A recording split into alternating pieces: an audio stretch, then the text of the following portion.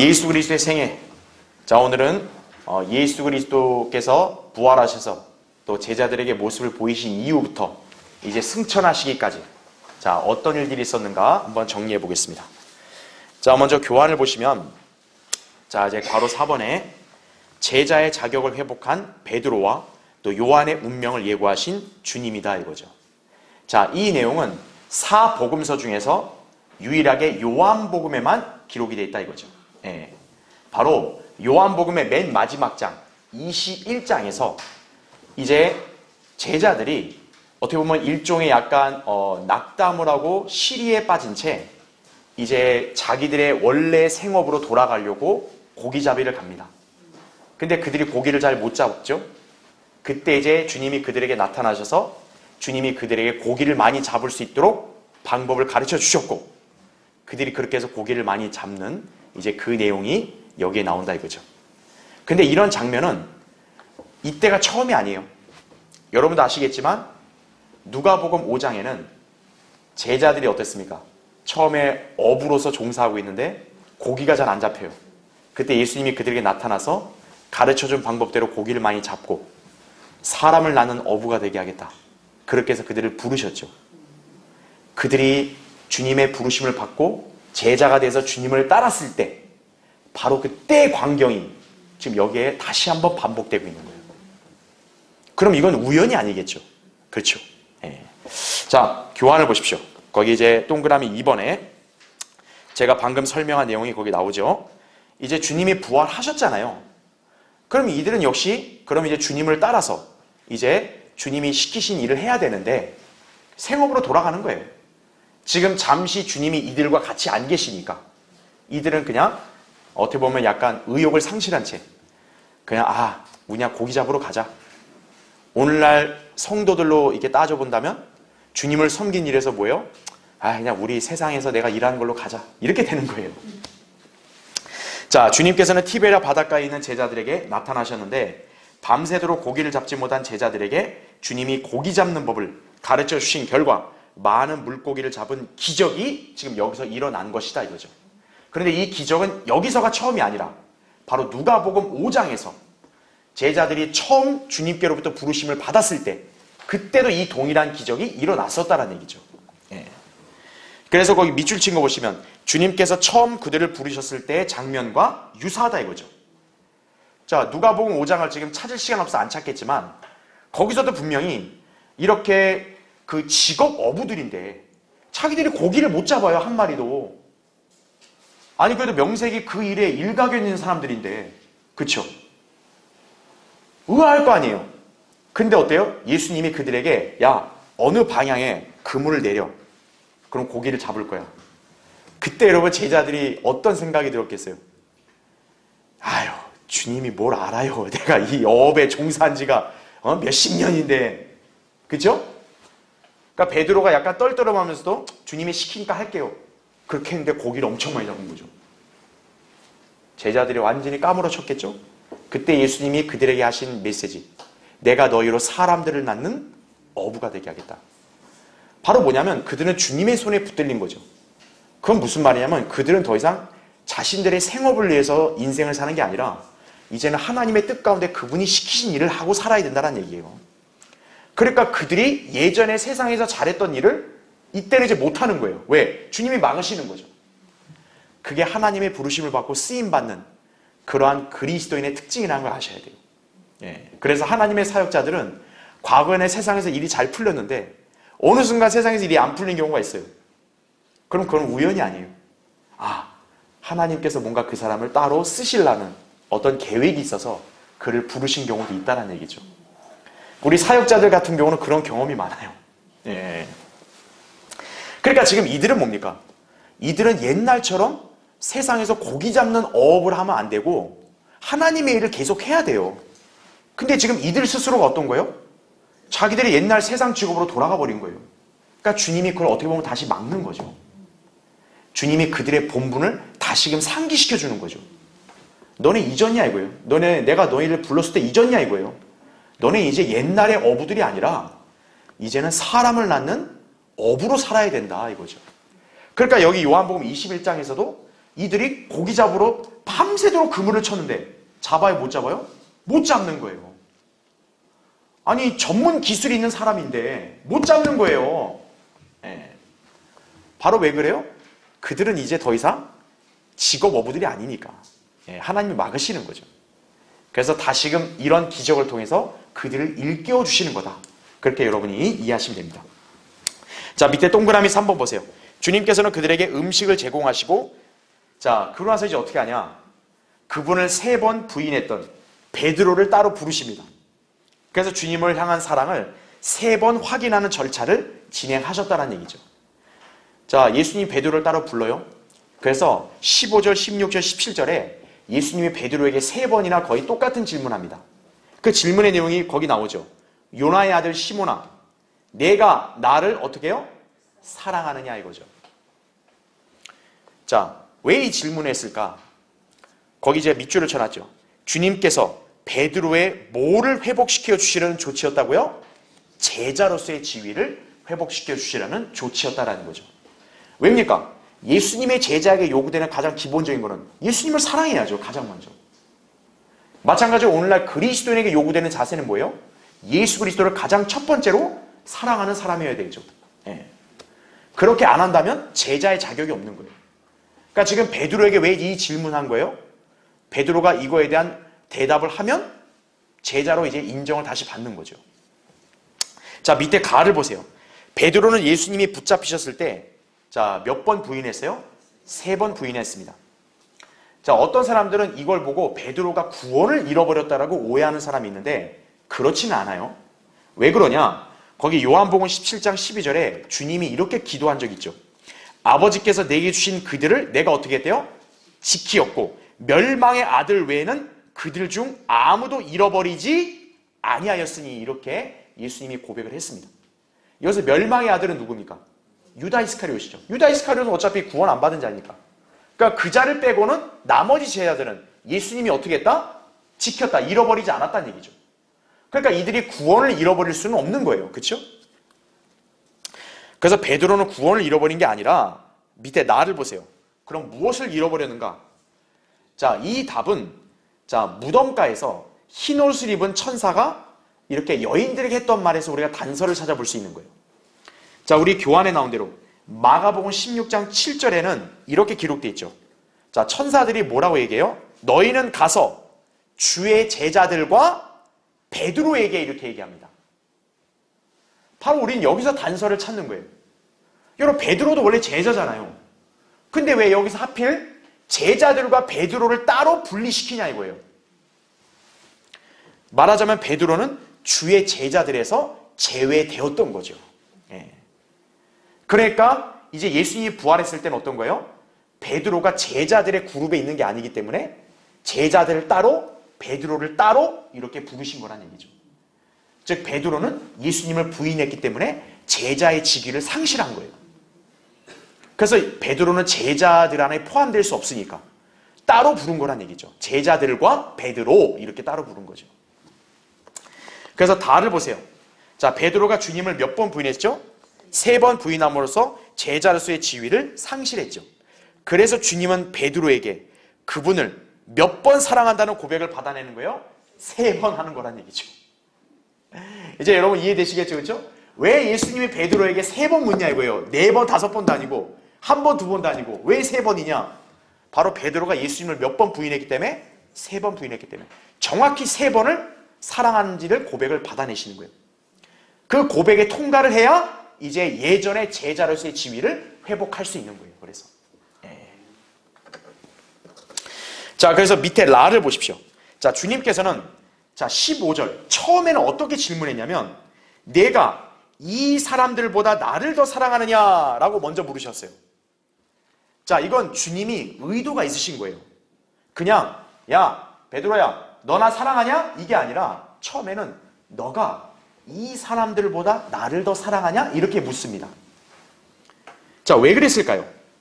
왜 이 사람들이라는 표현을 썼을까요? 자, 주님은 베드로가 범한 우를 그대로 드러내시는 거예요. 자, 베드로가 예수님이 이제 너희 모두는 나로 인해 실족할 거다. 내가 붙잡히면. 그렇게 일찍이 예언했죠. 특히 베드로한테는 닭이 울기 전에 네가 나 3번 부인한다 그랬죠. 근데 베드로가 그때 뭐라고 호언장담했어요? 아, 이들은 부인해도 나는 절대 부인 안 해요. 이거죠. 그러니까 베드로는 이 사람들은 예수님을 배반하고 떠날 수 있어요. 근데 이 사람들과 자기를 차별화했죠. 나는 특별하다 이거예요. 나는 절대 주님 부인 안 한다 이거예요. 근데 예수님 뭐라 그랬어요? 다른 제자들보다 특히 베드로인 너한테 너는 3번 부인할 거다. 특별히 그랬단 말이에요. 근데 어떻게 보면 그는 주님의 말씀을 정면으로 반박한 거죠. 아유, 이 사람들이 실족하지 나는 안 그래요. 근데 결국 어떻게 됐어요? 베드로야말로 주님을 부인했죠. 3번이나. 그렇죠? 그래서 주님은 그걸 환기시키는 거예요. 그러니까 여러분이 알아야 될 게 뭡니까?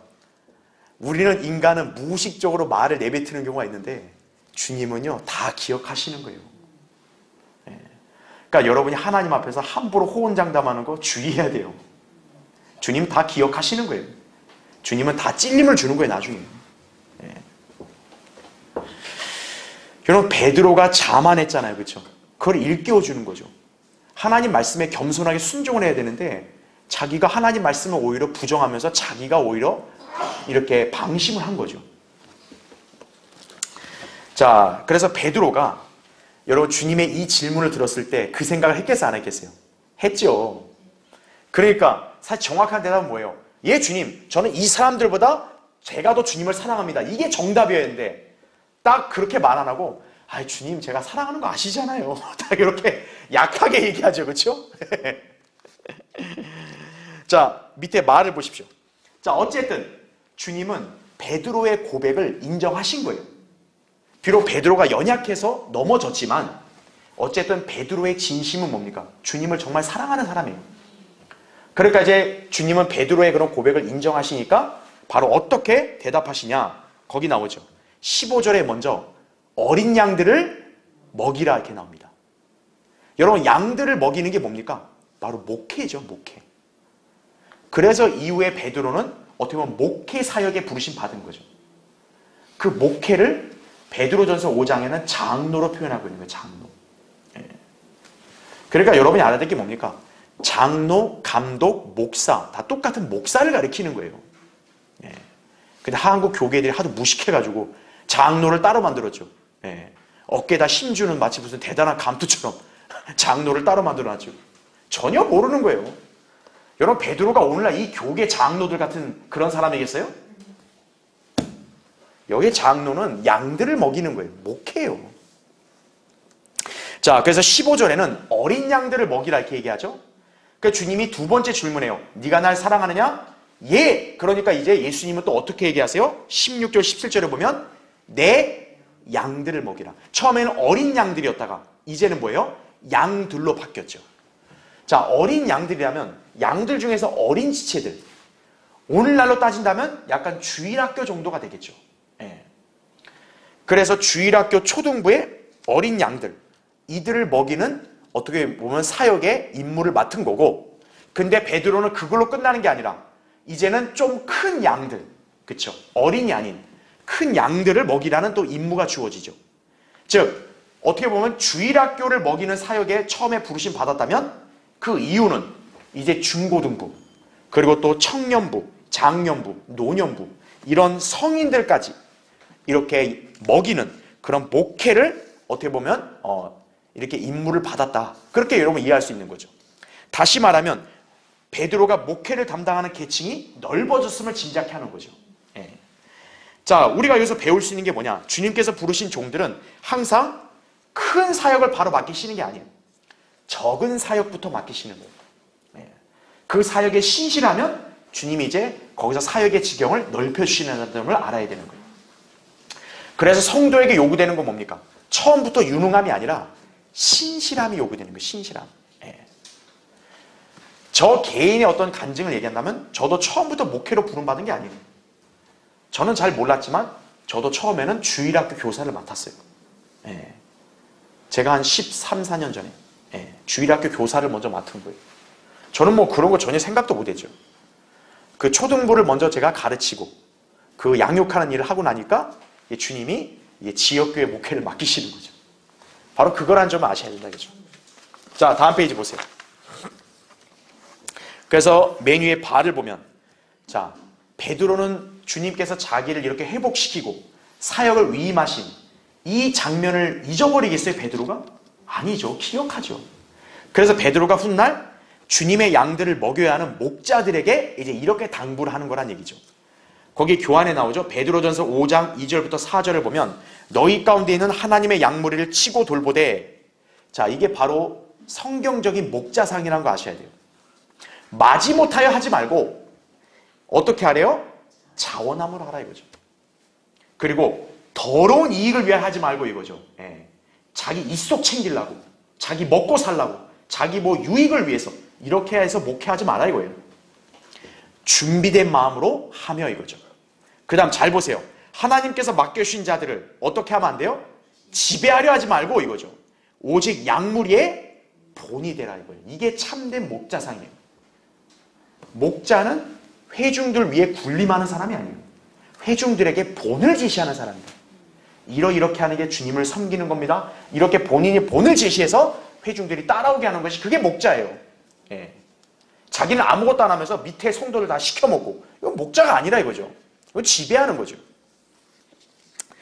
그래서 목자장이 나타나시면 그런 신실한 목자는 영광의 면류관을 받는다고 베드로가 그렇게 언급하고 있는 거죠. 자, 이제 밑에 동그라미 4번 보십시오. 자, 어쨌든 이제 베드로는 회복이 됐죠, 그렇죠? 자, 그러나서 이제 주님은 이제 거기 나오죠. 베드로가 어떠한 죽음으로 하나님께 영광 돌리실 것인지를 예시하셨다라고 그렇게 18절, 19절에 나옵니다. 예. 그래 주님은 이제 베드로의 앞으로의 인생의 운명까지 다 미리 언급하신 거예요. 너는 이제 앞으로 이제 순교를 당할 거라는 걸 알려준 거죠. 자, 근데 그 말씀을 한 후에 주님이 나를 따라오라 했다 이거죠. 그러니까 네가 앞으로 인생에 어떤 일을 겪어도 그거에 대해서 흔들리지 말고 따라오라 이거죠. 자, 그러자 베드로는 자기 운명을 들었잖아요. 그러나 이제 궁금해진 거죠. 자기가 일종의 약간 경쟁의식을 갖고 있는 예수께서 사랑하시던 제자 누굽니까? 사도 요한이죠. 예, 요한이 오는 걸 보고 베드로는 궁금한 거죠. 나는 순교당해. 아, 주님, 저 제자는 어떻게 됩니까? 이거죠. 예. 자, 근데 주님께서는 의외의 답변하십니다. 야, 내가 올 때까지 그를 머물게 하고자 한들 그것이 너와 무슨 상관이냐? 이렇게 답변하신 거예요. 베드로가 이 대답을 들었을 때 약간 좀 의아하지 않겠어요? 아, 나처럼 앞으로 어떻게 될 거라 이게 아니라, 야, 내가 올 때까지 그를 머물게 한들 네가 뭔 상관이야? 너 상관사 하지 마 이거죠. 여러분 그 답변을 들었을 때 어떤 생각이 드세요? 그럼 요한은 주님이 오실 때까지 안 죽고 살아있다는 얘기인가? 이렇게 오해할 수 있겠죠. 자, 근데 여러분 거기 21장 펴져 있으면 22절과 23절 보세요. 예수께서 그에게 말씀하시기를 내가 올 때까지. 그럼 여러분 이 표현을 잘 봐야겠죠. 여기 예수님이 올 때란 말은 언제를 가리키겠어요? 재림 때를 가리키는 거죠. 내가 올 때까지 그를 머물게 하고자 한들 그것이 너와 무슨 상관이냐? 너는 나를 따라오라고 하시니라. 그리하여 이 말이 형제들에게 퍼지니 그 제자가 죽지 아니하리라는 것이더라 이거죠. 그러니까 제자들 사이에 약간 웅성됐겠죠. 야, 요한 안 죽는가 봐. 막 이렇게, 그렇죠? 그런데 보세요. 그러나 예수께서는 그가 죽지 않을 것이라고 말한 것이 아니라 이거예요. 자, 요한이 스스로가 언급하죠. 예수님의 말씀은 내가 안 죽는다는 게 아니다 이거예요.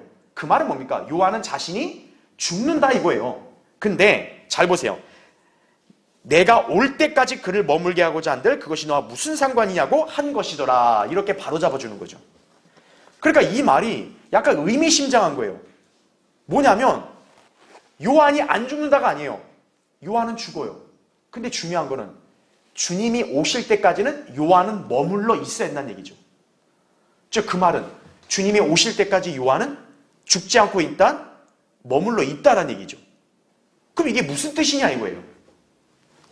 자, 그 교환을 보시면 자, 주님께서 재림에 관한 놀라운 진리를 예고하신 것이다라는 거예요. 이게 바로. 자, 밑에 가는 제가 설명했으니까 넘어갈게요. 그러니까 내가 올 때, 바로 주님께서 오실 때는 재림 때라고 제가 얘기했죠. 그렇죠? 그럼 나를 보세요. 요한은 주님께서 오실 때까지 죽지 않고 머물러 있었다라는 점이죠. 그러면 예수님이 그러면 재림을 한 적 있나요? 요한이 죽기 전에? 아니잖아요.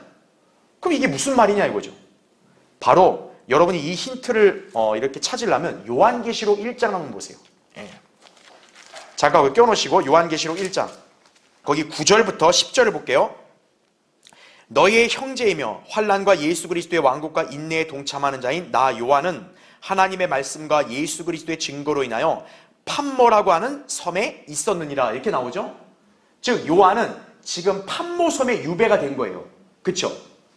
바로 여기서 지금 요한계시록을 기록을 한 거거든요. 그런데 요한이 계시록을 어떻게 기록을 했냐면 거기 10절 보세요. 내가 주의 날에, 자 여기 굉장히 의미심장한 표현 나오죠. 주의 날이 나오죠. 자 주의 날에, 자 요한이 어떻게 있었다 그래요? 성령 안에 있었으며 나팔 소리 같은 큰 음성을 네 뒤에서 들었는데 이렇게 나오죠. 말씀하시기를 나는 알파와 오메가요 처음과 마지막이라. 그러므로 잘 보세요. 네가 보는 것을 책에 써서 아시아에 있는 7교회 에베소, 스모나, 퍼가모, 두아티라, 사데, 필라델피아, 라오디케아에 보내라 하시더라. 이렇게 말씀을 하고 있는 거죠. 그렇죠? 예. 그래서 거기 19절 보세요. 그러므로 여러분 거기 잘 표시해 주세요. 내가 본 것들과 현재 있는 일들과 이후에 일어날 일들을 기록하라. 이렇게 지금 말씀하고 있는 거죠. 그렇죠? 자, 우린 여기서 어떻게 이거를 해석할 수 있냐면 지금 요한의 몸은 어디에 있는 거예요? 팜모 섬에 있는 거예요. 근데 주님은 그에게 요한계시록을 기록할 수 있도록 계시를 해줘야 되잖아요. 그럼 그 사람이 계시를 직접 보려면 하나님은 어떻게 한 거예요? 그를 시간 이동을 시킨 거죠. 그러니까 지금 요한은 몸은 비록 팜모섬에 있지만 그는 영 안에서는 성령에 의해서 어디로 이동을 한 거예요? 저기 미래의 세대인 재림 때 주의 날로 이동을 한 것이다. 그렇게 여러분 이해하시면 되는 거예요. 그래서 잠깐 여기 볼게요. 자, 사도 요한이 계시록을 기록할 때는 자, 이 요한의 몸은 지금 어디에 있다고요? 팜모섬이죠. 이때의 연대가 대략 한 AD 90년경이에요. 그는 지금 유배를 온 거예요. 그렇죠? 신실한 성도다 보니까 박해를 받아서. 그런데 몸은 여기 왔는데 이제 하나님께서는 요한계시록을 이 요한이 기록할 수 있도록 맡기신 거죠. 그런데 어떻게 하느냐?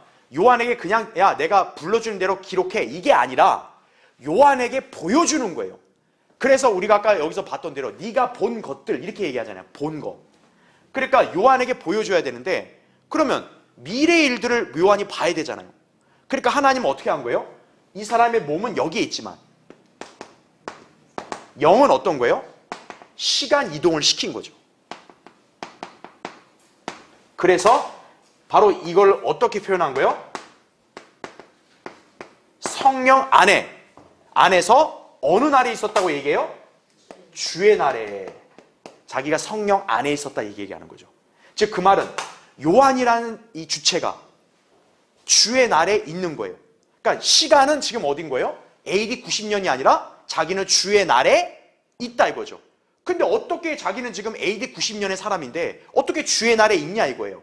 바로 자기 몸이 이렇게 간 게 아니라 자기 영이 성령 안에서 지금 초자연적으로 시간 이동을 한 것이다. 그렇게 여러분 이해하시면 되는 거예요. 예. 그래서 주의 날에 성령 안에 있었다라고 말한 이유가 바로 그거예요. 그러니까 몸은 자기가 여기 있는데 자기는 바로 성령에 의해서 초자연적인 방법으로 지금 영 안에서는 시점을 미래로 이동을 한 거예요. 바로 주의 날로 이동한 거란 얘기죠. 그렇다면 요한의 몸은 현재가 90년경인 거고 그렇죠? 영은 어떤 거예요? 현재가 주의 날이 현재가 되는 거죠. 그래서 요한계시록을 기록할 때 현재 시제는 바로 대환란과 재림 때가 요한계시록에는 현재 시제가 되는 거예요. 예. 그러면 대환란과 재림 이전이 과거겠죠. 여기 지금 요한이 영 안에서는 그렇죠. 자, 대환란 이전이 무슨 시대예요? 우리가 아는 교회 시대죠. 그럼 우리가 알아야 될 게 뭡니까? 요한의 몸은 현재가 교회 시대인 거예요. 그러나 요한의 영은 교회 시대가 과거가 돼버리는 거예요. 과거가 되고 대환란과 재림, 이게 주의 날이 현재가 되는 거죠. 그 다음에 이 재림 뒤가 미래가 되는 거죠. 요한계시록에서. 바로 재림 뒤는 뭡니까? 천년왕국이겠죠. 그 다음에 영원시대. 바로 요한계시록이란 책은 이 세 시대의 구도로 되어 있는 거예요. 그래서 아까 제가 19절 읽을 때 주님이 요한에게 뭐라 했어요? 내가 본 것들, 본 것이라는 것은 과거 시제죠. 자, 바로 이게 뭡니까?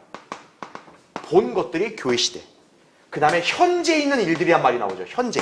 현재는 대환란과 재림. 그 다음에 앞으로 있을 일이란 말이 나오죠. 바로 이게 앞으로 있을 일. 이게 요한계시록 구도인 거예요. 그래서 바로 현재, 그래서 요한계시록은 대환란 때 일어난 일들을 자세히 묘사하고 있는 거예요. 왜? 바로 요한은 그거를 기록하기 위해서 시간 이동을 한 거니까. 그래서 대환란과 재림이 요한계시록 22장에서 가장 많은 비중을 갖고 있는 거예요. 무려 이게 자그마치 거의 6장에서 19장까지. 그 다음에 교회 시대는 1장부터 3장까지라는 얘기죠. 자, 4장과 5장은 요한이 이제 하늘나라 간 거, 셋째 하늘에 간 거니까 그거는 일단 제외시키고. 그래서 우리가 알아야 될 게 뭡니까? 요한이 본 것들, 요한이 과거의 시제에 해당되는 걸 기록하는 것은 바로 교회 시대에 해당되는 거다 이거죠. 그래서 우리가 요한계시록 2장, 3장을 보면 7교회가 나오잖아요. 그 7교회가 그 에베소부터 라오디케아가 바로 우리 현재 교회 시대를 대변하는 거잖아요. 그렇죠? 그게 과거가 되는 거예요. 그리고 대환란과 재림, 이게 4가지 유형으로 묘사가 되죠. 7 봉인, 7 나팔, 적그리스도 활동, 호리병. 이게 19장까지. 이게 요한계시록의 현재 일들로 나오는 이유가 바로 요한이 시간 이동을 했기 때문에 이게 현재가 되는 거예요. 그리고 천년왕국 영원히 미래다. 그렇게 여러분이 이해하시면 되는 거죠. 이 구도를 모르게 되면 어떻게 되는 거예요? 요한계시록을 문자 그들의 예언으로 못 믿어요. 만약 여러분 이 구도를 모르면. 그래서 어떤 얘기를 하느냐? 로마 카톨릭이 이렇게 신비의 바빌론 창녀 이 얘기하잖아요. 그거를 이 사람들은 자기네를 얘기하는 게 아니라 과거의 로마 제국을 얘기하는 거다. 그런 식으로 갖다 붙이는 거예요. 이 구도를 모르게 되면 요한계시록의 예언을 다 과거의 역사에다가 갖다 붙이는 우를 범한다. 그걸 여러분이 아셔야 되는 거예요. 그래서 지금 예수님이 요한에 관해서 내가 올 때까지 그를 머물게 하고자 한들이라는 말을 했을 때는 바로 뭘 얘기하는 거냐? 요한의 몸이 재림 때까지 안 죽는다가 아니라 요한이 어느 시기에는 영안에서 주의 날, 주님이 올 때까지로 이동을 한다 이거죠. 그러니까 요한의 입장에서 본다면 자기는 주의 날로 이동을 했으니까 재림이 현재가 된 거 아니에요. 자기 입장에서는. 그러니까 주님이 올 때까지 머물러 있는 거 아닌 거예요. 머물러 있는 게 되는 거죠. 바로 이거를 예수님이 언급한 거다 이거죠. 그러니까 이 점을 모르면 어떤 거예요? 예수님이 요한에게 대해서 이렇게 말한, 운명에 대해서 이렇게 말한 걸 이해할 수가 없는 거예요. 그걸 여러분 잘 이해하셔야 한다 이거죠. 라를 보세요. 라. 그래서 AD 90년경 판모섬에 있던 요한은 기적적인 방법으로 자 어느 때로 이동한 거라고요? 예수 그리스도의 재림 때로 이동한 거란 얘기죠. 그러니까 요한은 성령 안에서는 자기는 재림이 현재 시제가 된 거예요. 그러니까 결국 그렇게 봤을 때는 요한은 재림 때까지 머물러 있는 거죠. 그래서 주 예수 그리스도의 재림을 직접 목격하게 된 것이다 이거죠.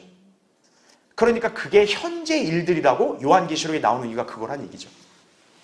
그는 주님의 말씀대로 주님께서 오실 때까지 머물러 있었던 셈인 거죠. 그래서 요한계시록 19장 보면 주님의 재림에서 아마겟돈 전쟁으로 이방 민족들을 섬멸하시죠. 그걸 요한은 어떤 거예요? 직접 자기가 눈으로 본 거죠. 결국 그걸 기록한 거죠. 자, 요한계시록 19장이 지상재림 아니에요. 요한은 그걸 분명히 눈으로 보고 있는 거죠. 자기는 영안에서 지금 그 시점에 있는 거죠. 머물러 있는 거죠. 그렇게 이해하시면 되는 거죠. 자, 밑에 동그라미 5번. 예수 그리스도의 부활은 그분의 다시 오심을 확증하는 거죠. 자, 부활하지 않으셨다. 그럼 여러분 예수님의 재림이라는 게 있겠어요? 없겠어요? 없는 거죠. 자, 그리스도인은 부활하신 주님께서 셋째 하늘에 살아계시며 그분께서 다시 오신다는 살아있는 소망을 지니는 거죠. 그래서 베드로전서 1장 3절에는 그런 우리의 소망을 뭐라고 표현하는 거예요? 산 소망이다 이거죠. 산 소망. 왜요? 이 소망은 뭐 허무맹랑한 거라든지 혹은 죽은 게 아니라는 거죠. 정말로 존재하는 거다 이거죠. 예. 자, 이게 왜 가능하겠어요? 예수 그리스도가 부활했기 때문에 가능한 거예요.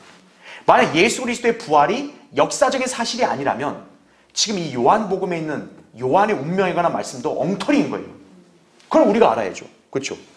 아니 이미 죽은 분이 뭘 다시 와? 이렇게 되는 거죠. 부활하셨으니까 다시 오는 거죠. 그렇죠? 자, 이제 밑에 괄호 5번 보십시오. 자, 이제 그러고 나서 이 요한복음 21장 사건 이후에 이제 어떤 일이 있냐? 복음 전파를 제자들에게 위임하신다는 얘기죠. 자, 예수님께서 이제 승천하시기 전에 지상에 있는 제자들에게 사역을 위임하시죠. 지상 사명을 이렇게 주시죠. 자, 마태복음은 28장 16절부터 20절에 나오고 마가복음은 16장 15절부터 18절, 누가복음은 24장 44절부터 48절에 그 내용이 나온다는 얘기죠. 자, 그래서 맨 밑에 동그라미 2번 보세요. 예수님께서는 그분에 관한 일들이 모두 구약에서 예언된 말씀대로 이루어진 것임을 제자들에게 그 다음 페이지요. 주지시키셨다는 얘기죠. 그래서 거기 누가복음 24장 44절에 이렇게 기록되어 있죠. 이런 것이 내가 너희와 함께 있을 때 말했던 바, 잘 보세요. 모세의 율법과 선지서들과 그 다음 뭐라고 얘기해요? 시편에 나에 관하여 기록된 모든 것이 이루어져야 한다던 그 말이니라 이렇게 나오죠. 자, 이것은 예수님께서 친히 구약 성경의 범주를 정의하신 말씀이다 이거죠. 제가 저번에도 언급했듯이 구약의 원문은 뭡니까? 히브리어 성경이죠. 자, 유대인들이 가지고 있는 히브리어 구약 성경은 크게 세 가지 카테고리로 묶여요. 모세의 율법과 선지서들과 그 다음 시편이라는 거 아셔야 돼요. 그러니까 여러분 여기서 오해하지 말아야 될 게 시편하면 현재 우리 성경에 있는 시편 그 한 권만 얘기하는 게 아니라 여기에 시편은 성문서라 그래가지고 우리 다른 이런 시가서들이 있죠. 뭐 욥기라든지 뭐 잠언이라든지 그렇죠? 그리고 그 외 다른 책들도 여기 시편의 범주에 들어갑니다. 히브리어 성경이란. 그러니까 여러분이 알아야 될 게 뭐냐면 히브리어 구약 성경에서는 율법, 선지서, 시편 이렇게 세 카테고리로 나뉘니까 오늘날 우리 이 구약 성경하고 무슨 권수가 다르냐 이게 아니에요. 결과적으로 보면 사실 똑같아요. 똑같은데 히브리어 구약 성경은 그 나름대로 이렇게 범주로 나뉘어져 있다는 얘기죠. 예. 그렇게 여러분 이해하시면 되는 거예요. 그러니까 예수님께서 이렇게 구약 성경의 범주를 정의하신 거예요. 바로 뭐냐? 모세의 율법, 창세기부터 시작해서 바로 선지서들, 시편까지다 이거죠. 여기 시편에는 또 뭐가 들어가냐면 역대기 상하가 들어갑니다. 그러니까 여러분이 알아야 될 게 뭐예요? 구약의 히브리어 성경의 맨 마지막 책은 뭔지 아세요? 역대기 상하입니다. 우리 구약 성경의 마지막 책은 뭐예요? 말라키죠? 근데 히브리어 구약 성경은 뭐예요? 역대기 하가 끝이에요. 예. 그래서 지금 예수님이 여기서 말씀하신 구약 성경의 범주는 바로 창세기부터 역대기 상하까지다. 이렇게 일단 알려준 거예요. 그러면 여러분이 알아야 될 게 시편이나 선지서들은 이미 그 사이에 다 있는 거예요. 예. 자, 제가 이걸 왜 언급하냐? 바로 구약 성경은 우리 킹제임 성경처럼 예수님도 정확히 몇 권임을 이렇게 입증하신 거예요? 39권임을 입증하신 거다. 그렇게 이해하셔야 돼요. 이게 왜 중요하냐면 로마 카톨릭이 가진 성경에는 뭐가 있냐면 외경이라는 게 있어요. 외경. 즉 구약 성경 39권 말고도 거의 한 6, 7권의 외경이 있어요. 그 로마 카톨릭 성경에는. 그러니까 로마 카톨릭은 뭐냐면 외경도 자기들이 성경이라고 그렇게 우기거든요. 근데 예수님이 여기서 정의하신 말씀에 따르면 외경은 여기에 들어가요? 안 들어가요? 안 들어간다 이거죠. 예. 구약 성경의 범주는 딱 모세, 율법과 선지서, 시편이다 이거죠. 바로 그거와 정확히 맞아떨어지는 것은 우리 킹제임 성경의 구약 성경 39권과 맞아떨어진다. 그렇게 여러분 이해하시면 되는 거예요. 자, 밑에 동그라미 3번 보세요. 또한 예수님께서는 자 밑줄을 쳤죠. 그들의 지각을 열어서 자 뭐를 깨닫게 해주셨다고요? 성경을 깨닫게 해주셨다라고 누가복음 24장 45절에 나옵니다. 그 전까지는 어때요? 제자들이 성경에 있는 말씀을 잘 이해해요? 이해하지 못해요? 이해를 못하는 거예요. 지각이 어두운 거죠. 근데 이제 예수님은 그들에게 지각을 열어서 성경을 깨닫게 하셨다. 이렇게 말씀하고 있죠. 자, 성경을 깨닫는 지각을 열어주신 분이 바로 누구라는 걸 알 수 있는 거예요? 주님이시다 이거죠. 자, 지금 주님은 제자들과 함께 계심으로 그 일을 직접 이렇게 수행하셨죠.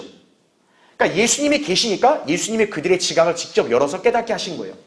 그런데 예수님은 승천하셨잖아요. 예수님이 이제 그들과 함께 안 계시잖아요. 그럼 그들은 성경을 어떻게 깨달아야 되냐 이거예요. 예수님이 승천하신 대신 누가 내려와요? 성령님이 내려오시는 거죠.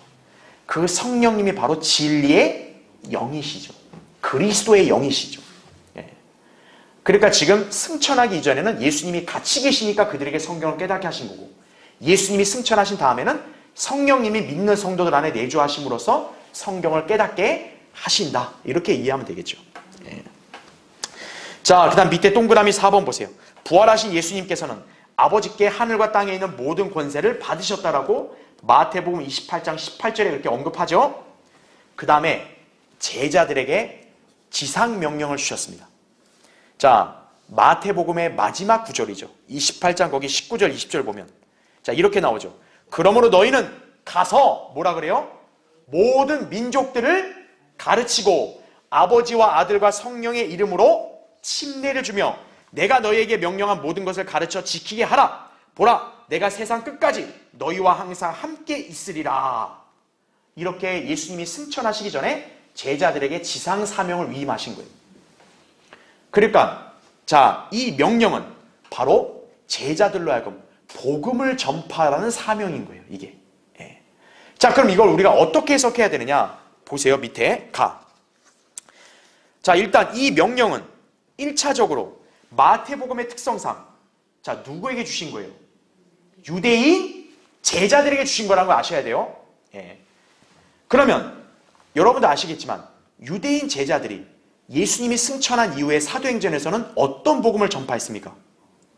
왕국 복음을 전파했죠. 오늘날 교회가 전파하는 은혜의 복음을 먼저 전파한 게 아니에요. 예수님이 승천하고 나서 사도행전 2장부터 7장까지는 사도들이 무슨 복음을 전했다? 왕국 복음을 전했다는 얘기죠. 다시 말하자면 지금 여기서 예수님이 지상 사명을 주셨을 때 1차적으로 유대인 제자들은 무슨 복음을 전파하라는 사명을 받은 거예요? 왕국 복음을 전파하는 사명을 먼저 받은 거다. 이걸 여러분이 먼저 간과해서는 안 돼요. 그래서 이 명령을 받은 제자들이 거기 밑줄을 쳐놨죠. 여전히 자, 뭐에 관심을 가져요? 왕국에 관심을 갖는 거예요. 그게 사도행전 1장 6절에 나와요. 이건 다음 시간에 제가 설명할 거예요. 그래서 그들이 사역하는 기간, 곧 사도행전에 나타나는 과도기 동안은 자, 유대인들에게 뭐를 전파했다? 왕국 복음을 전파했다 이거죠. 그런데 나를 보세요. 하지만 자, 마태복음의 이 명령은 유대인 제자들에게만 적용시킬 수는 없어요. 왜냐하면 교회 시대 그리스도인들 대부분도 이 말씀을 은혜의 복음을 전파하는 지상 명령으로 받아들일 수 있는 거예요. 예. 비록 사도행전의 과도기의 기간 동안 왕국 시대의 경륜이 분명 연장되었어요. 그렇죠? 하지만 중요한 건 여러분, 왕국 복음이 영원히 갔나요? 아니죠. 어차피 왕국 복음은 유대인들의 겁으로 끝나요. 그러면 예수님의 지상 사명도 끝난 거예요? 아니죠. 이제는 왕국 복음에서 뭐로 바뀌는 거예요? 은혜의 복음으로 바뀌는 거죠. 그러니까 마태복음의 이 명령은 1차적으로 유대인 제자들에게 왕국 복음을 전파하는 명령이지만 왕국 복음의 시대가 끝나면 바로 뭐로 전환돼서 전파해야 돼요? 은혜의 복음으로 전파해야 된다. 우리 그렇게 확대해서 적용할 수 있는 거예요. 예. 왜냐하면 사도행전 15장 11절 보면 은혜의 복음을 향해 이제 제자들도 그렇게 나아간다 이거죠. 베드로도 어때요? 사도행전 15장에 가서 주 예수 그리스도의 은혜로 구원받는 것을 믿는다. 자기가 그렇게 고백을 하잖아요. 이제는 우리 동족 유대인만이 아니라 이방인들도 똑같이 믿음으로 성령을 받는다. 베드로도 이제 그렇게 선언하잖아요. 그렇죠. 그래서 이 말씀은 교회 시대를 향한 지상 명령이라고 봐도 무방하다는 얘기죠. 특히 우리는 여기서 뭘 볼 수 있냐면 너희는 가서 먼저 어떻게 하래요? 모든 민족들을 가르치라고 나옵니다. 여기서 지금 유대인이라고 얘기했어요? 아니죠. 성경에서 민족들 하면 누구예요? 이방인들을 가리키는 거예요. 그러니까 사실 이 마태복음 28장의 명령은 더 엄밀히 말한다면 이방인들에게 복음을 전파하는 명령에 좀 더 가까울 수 있어요. 어떻게 보면. 또 침례도 어떻게 주라고 해요? 아버지와 아들과 성령의 이름으로 주라고 그러죠. 이 침례 우리 예전에 배웠죠. 이게 무슨 침례예요? 이방인의 침례죠, 이게. 그러니까 여기 마태복음 28장의 명령은 사실 이방인들에게 복음 전파하는 명령에 좀 더 가까울 수 있어요. 그렇지만 우선적으로는 지금 예수님은 누구에게 먼저 이 명령을 준 거예요? 유대인 제자들에게 줬으니까 우린 이렇게 나누어서 잘 적용할 수 있어야 한다는 얘기죠. 예. 그래서 다를 보세요. 따라서 이 명령은 교회 시대 이방인들에게 복음을 전파하고 성경을 가르치고 침례를 주는 일에도 적용될 수 있다는 얘기죠. 그래서 여기 나온 대로 너희는 가서 민족들에게 가르치라. 이 명령은 복음서에만 나오는 게 아니라 사도 바울도 이 명령을 강조하고 있다는 얘기죠. 자, 바울이 강조했다면 오늘날 교회 시대 그리스도인들도 이 명령을 그대로 따라야 된다는 얘기죠. 자, 그 밑에 있는 구절들은 여러분이 제가 이게 더 표시해 놨으니까 여러분이 날 참조하시면 돼요. 갈라디아서 2장 2절, 디모데후서 2장 2절, 고린도서 9장 16절, 디모데후서 4장 2절을 여러분이 참조하시면 돼요. 자, 공통된 게 뭡니까? 전파하고 가르치라는 거예요. 예. 그러니까 가서 전파하고 가르치는 것은 유대인만 해당되는 게 아니다 이거죠. 이방인들과 그리스도인들에게도 해당되는 명령이다. 그렇게 이해하시면 되는 거예요. 근데 동그라미 5번 보세요. 맨 밑에. 한편 마가복음 16장에서는 자, 전적으로 왕국복음의 사명에 적용되는 말씀이 언급된다는 점이에요. 그러다 보니 다음 페이지 보세요. 그 사명을 받는 유대인 사도들에게 자, 어떤 약속이 주어지냐? 자, 거기 제가 밑줄을 쳐놨죠. 마가복음 16장 17, 18절에는 자, 무슨 표현이 나와요? 이러한 뭐가 따른다고 나와요? 표적들이 따르리니라는 말이 나와요. 자, 여기 잠깐 한번 볼게요. 자, 예수님이 승천하기 전에 지상 사명을 줬잖아요. 자, 지상 사명에 관한 내용이 마태복음에는 28장 19, 20절이 나오고요. 그 다음에 마가복음은 16장 16절부터 18절까지가 나옵니다. 자, 분명히 지상 명령인데 여기에 기록된 말씀은 굉장히 내용의 차이를 보여요. 그러니까 여러분이 이 적용을 잘 유념해야 됩니다. 일단 이 마태복음 28장은 특징이 뭡니까? 모든 민족들이에요. 그렇죠? 그 다음에 이들에게 아버지와 아들과 성령의 이름으로 침례를 주라 이렇게 나오죠. 그렇죠? 그 다음에 성경을 가르치는 게 나오죠. 그렇죠? 그래서 이 내용은 제가 아까 얘기했다시피 일단 유대인 제자들에게 해당이 돼요. 그렇죠? 왜냐하면 어쨌든 사도들도 교회의 기초가 됐으니까. 그렇죠? 근데 이들만이 아니라 바로 교회 시대의 그리스도인에게도 해당이 된다 이거죠. 왜냐하면 이 내용들이 보면 다 이방인들을 다 다루고 있기 때문에 그런 거죠. 예. 그래서 왕국 복음도 해당이 되고 은혜의 복음도 해당이 된다. 이렇게 마태복음에는 적용해도 무리가 없어요. 근데 마가복음은 달라요. 왜냐하면 마가복음에 일단 어떤 식으로 나오냐면 믿고 뭐를 받아야 된다고 나와요? 침례 받아야 구원받는다고 나와요. 자, 이거는 이방인하고 관계 있어 없어요? 관계 없는 거란 말이죠. 두 번째는 마가복음 16장에는 특별히 그 사도들에게 뭘 약속하냐면 표적들이 따른다고 약속을 합니다. 표적들. 그래서 그 표적들의 내용이 뭐냐면은 병들을 고친다. 그렇죠? 그 다음에 독사나 뱀을 집어도 다치지 않는다. 그리고 방언들을 말한다. 이렇게 나와요. 그러니까 이런 내용, 거기 보면 은사주의자들이 좋아하는 거 있죠. 방언 나오네. 아, 봐라 이거 봐라 이거 지상명령. 이렇게 한심한 소리 하고 있는 거예요. 자, 주님은 바로 그걸 뭐라고 얘기해요? 표적들이라고 얘기한다. 표적들. 자, 표적은 누구만 할 수 있는 거예요? 유대인 사도들만 할 수 있는 거예요. 이 표적들은 다름 아닌 누구만 할 수 있다? 유대인 사도들만이 할 수 있다라는 거죠. 그래서 베드로, 요한 같은 제자들뿐만 아니라 사도 바울도, 이런 사도 바울도 유대인 사도 아니에요, 그렇죠? 그러니까 바울이 사도행전 28장에 보면 독사가 올라와가지고 사람들은 바울이 독사에 물려 죽을 거라 생각했는데 독사가 안 물었잖아요. 그게 왜 그래요? 유대인 사도니까 이 표적이 따르는 거예요. 그래서 병도 고치죠. 안수도 하고 그 다음에 방언을 말하죠. 자, 이 부분은 바로 누구에게만 적용되는 명령이에요? 유대인 사도들.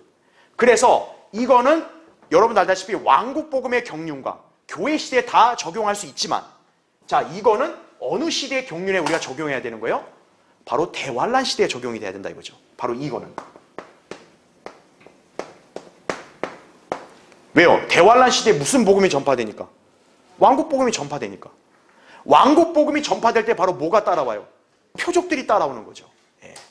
그래서 여러분이 마가복음 16장의 말씀은 특별히 교리적으로 잘 이렇게 나누어서 적용을 해야 돼요. 예. 유의해야 된다 이거죠. 예.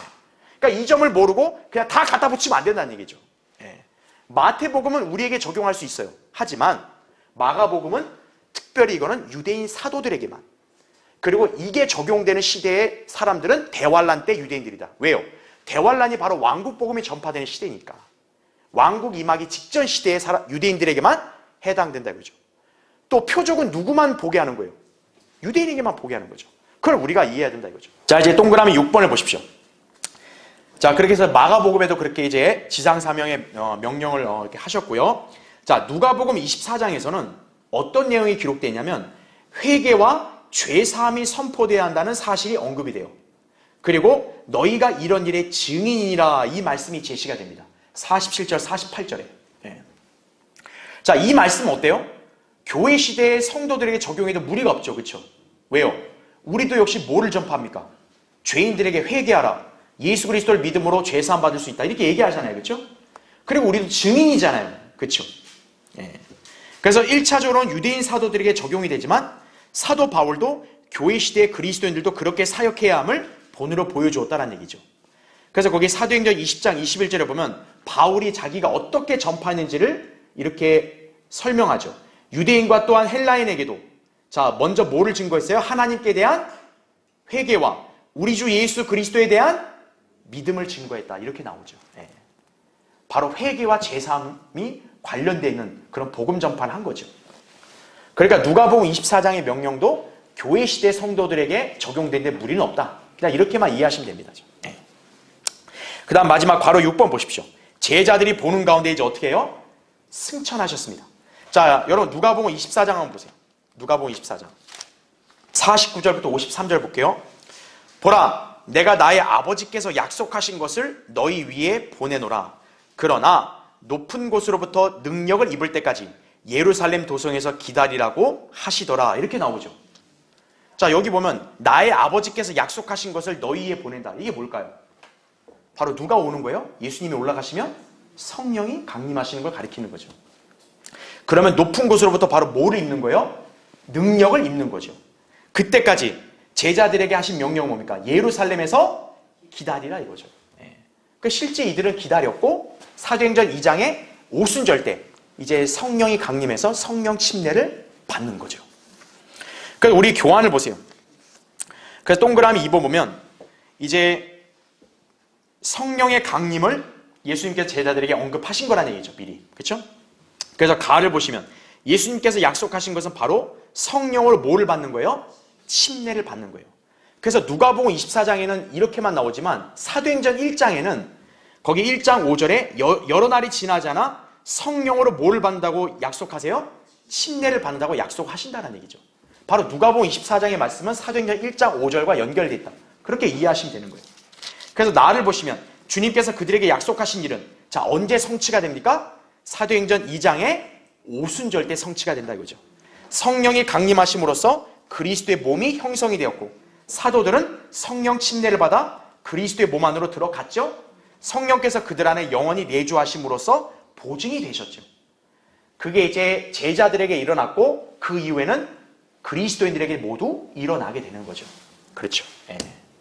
그래서 누가복음 24장 거기 50절부터 53절 보면 주께서 그들을 베다니까지 데리고 나가시어 두 손을 들고 그들에게 축복하시더라. 주께서 그들에게 축복하실 때 그들에게서 떠나 하늘로 올라가시니라. 그들이 주를 경배하고 기쁨이 충만하여 예루살렘으로 돌아와 계속 성전에 있으면서 하나님을 찬양하고 송축하더라. 아멘. 이름으로써 우리는 그리스도의 바로 지상생의 사역의 모든 내용들을 마치게 되는 것이에요. 자, 그래서 결론적으로 보면 거기 내용 잘 나오죠. 우리가 사복음서에 기록된 그리스도의 생애를 전체적으로 살펴보고 시간적으로 정리해보고 또 그 가운데서 예언적으로 영적으로 중요한 진리들을 우리는 고찰해 봤죠? 여러분이 기억해야 될 건 뭡니까?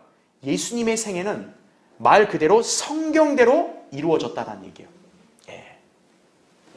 그리스도인도 성경의 말씀들이 얼마나 중요한 예언이자 진리임을 항상 인지하고 그 말씀들을 유념하며 살아야 한다는 점을 여러분 배워야 되는 거예요.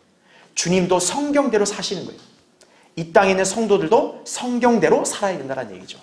그게 하나님 앞에 의미 있는 생이다. 그걸 기억하시기 바랍니다.